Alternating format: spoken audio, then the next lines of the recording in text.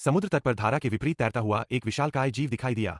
उसकी न केवल बड़ी प्राकृतिक आंखें थीं, बल्कि उसका हाथ भी काला था। उसकी त्वचा की सतह से यह देखा जा सकता था कि उसकी मृत्यु हो चुकी है। उसकी विशाल हथेली में एक तेल का कटोरा था जिसमें मछलियां खुशी से तैर रही थीं। पहले तो लोग केवल दूर से ही देखने का साहस कर रहे थे, लेकिन बाद में एक बहादुर लड़की लाश पर चढ़ गई। उन्होंने लोगों से कहा कि डरने की कोई बात नहीं है। यह देखकर लोग इकट्ठा हो गए और उस विशालकाय व्यक्ति के शरीर पर चढ़ गए।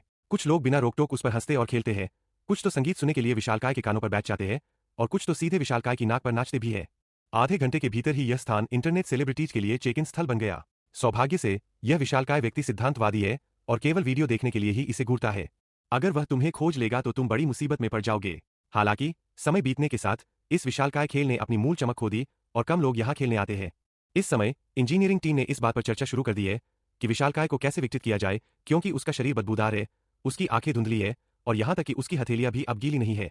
लोगों ने उसके शरीर पर भित्ति चित्र भी बनाने शुरू कर दिए। फिर इंजीनियरिंग टीम ने उस विशालकाय वस्तु को टुकड़े टुकड़े करना शुरू कर दिया। अतिशयोक्ति तो यह है कि उन्होंने इस विशालकाय इमारत के अंदरूनी हिस्से को भी शहर में सजावट का सामान बना दिया। अंत में विशालकाय सुंदर शरीर का केवल मलबे का ढेर ही बचा।